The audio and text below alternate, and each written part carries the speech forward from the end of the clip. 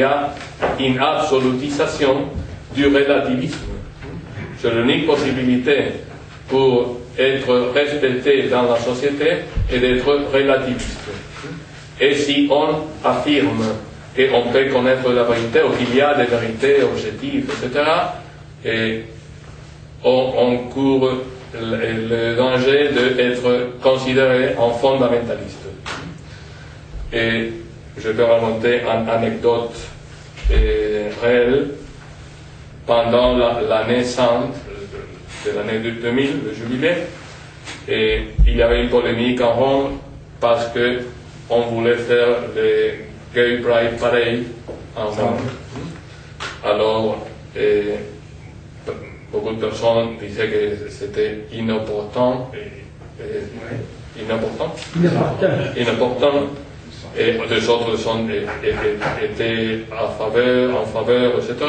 Finalement, le maire de Rome a dit que ça pouvait tenir cette manifestation. Et alors le Gay Pride Parade a eu lieu en samedi, les jours, sur le dimanche. L'autre jour, le pape, comme fait tous les dimanches, a parlé de la fenêtre de Saint-Pierre. Et il a parlé de Gay Pride Parade en disant c'est dommage parce que c'est l'année sainte et la sainteté de la ville de Rome, le pèlerin, etc. Et aussi parce que la homosexualité active, pour ainsi dire, est d'un point de vue moral et d'un point de vue humain, est une forme de vivre pas correcte, parce que n'aide pas à la plan existence humaine, plus ou moins.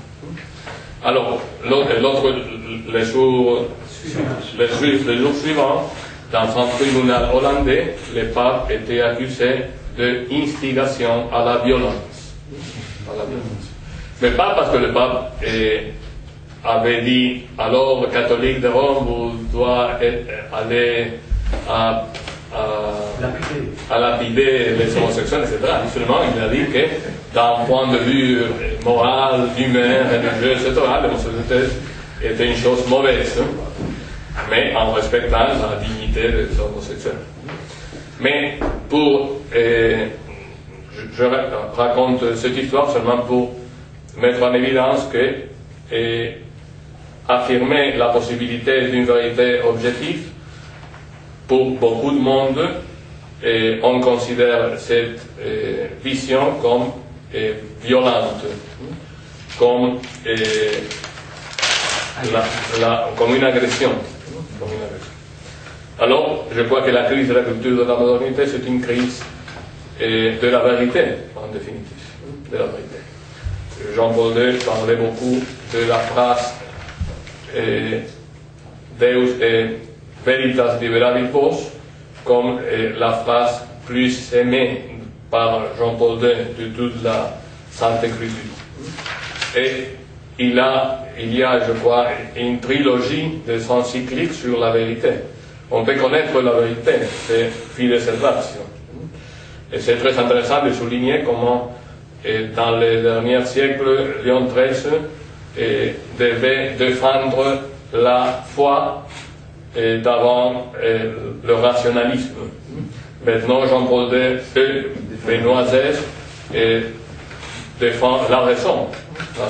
On peut connaître la vérité, on peut connaître les structures de ce monde, matériel, mais aussi spirituel, etc. Et Benoît XVI, je crois que c'est l'aspect central de son pontificat, les rapports entre foi et raison. Alors, la vérité, on peut connaître la vérité, et on peut vivre selon la vérité, veritatis splendor, c'est une vérité pas seulement théorique, mais pour la vivre, et on doit diffuser. Comment diffuser. On doit diffuser la vérité, c'est Redemptoris Missio. Et une vérité qu'on ne impose pas avec la violence, on la doit faire régner dans ce monde, surtout avec notre propre témoignage. Et c'est une vérité qui est aussi, c'est beauté, c'est bonté, etc. Alors, dans ce monde sécularisé, on absolutise des choses relatives, je crois qu'il faut montrer la vérité comme beauté, comme bonté, comme l'accomplissement de l'existence personnelle. Je finis pour le moment. Merci beaucoup. Merci.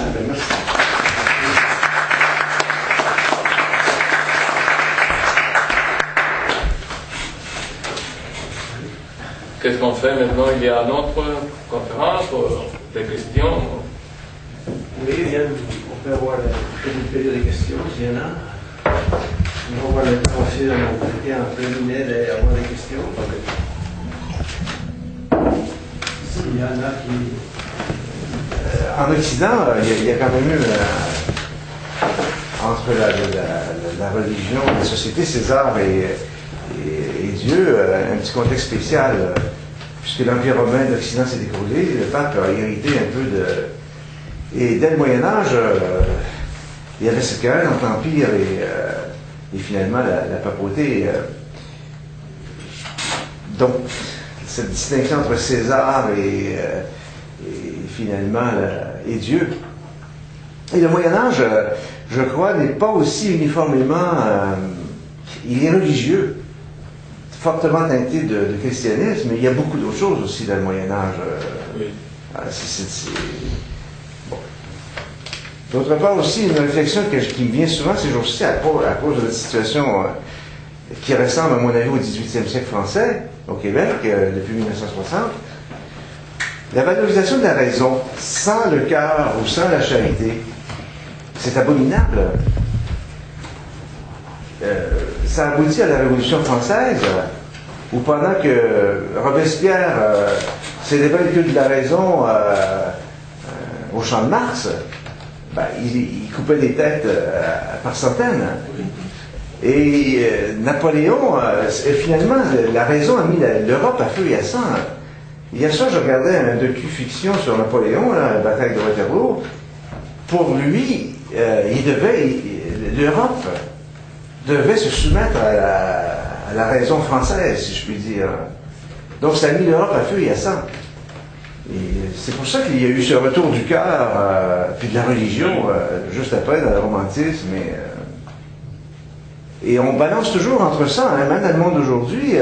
Le nouvel âge, au fond, c'est le retour du cœur par rapport à la technologie qui ne tient pas tout à fait ses promesses. Entre moi, ça m'a beaucoup intéressé ce que vous avez dit, et je pense que ça apporte beaucoup comme réflexion sur l'être humain, Dieu, et finalement la vérité. Je crois que nous pouvons parler, cet après-midi sur la laïcité, etc. Mais maintenant, il faut trouver un équilibre entre la présence de la religion dans la société civile et la laïcité et la distinction entre le pouvoir spirituel et le pouvoir temporel, mais aussi la ouverture à la transcendance. Parce que malheureusement, je crois que dans beaucoup de pays, il y a une confessionnalité de l'État. C'est la religion laïciste. Je pense par exemple à l'Espagne maintenant, qu'on dit non, c'est un pays pas confessionnel. Il y a une confessionnalité de la négation de Dieu, la négation de la transcendance, etc. Alors c'est un problème central de la modernité, et il faut trouver toujours des nouvelles réponses à des différentes circonstances qu'on trouve pendant l'histoire. En revanche, on m'a dit que, dont Escrivá y Balaguer s'opposait au nationalisme.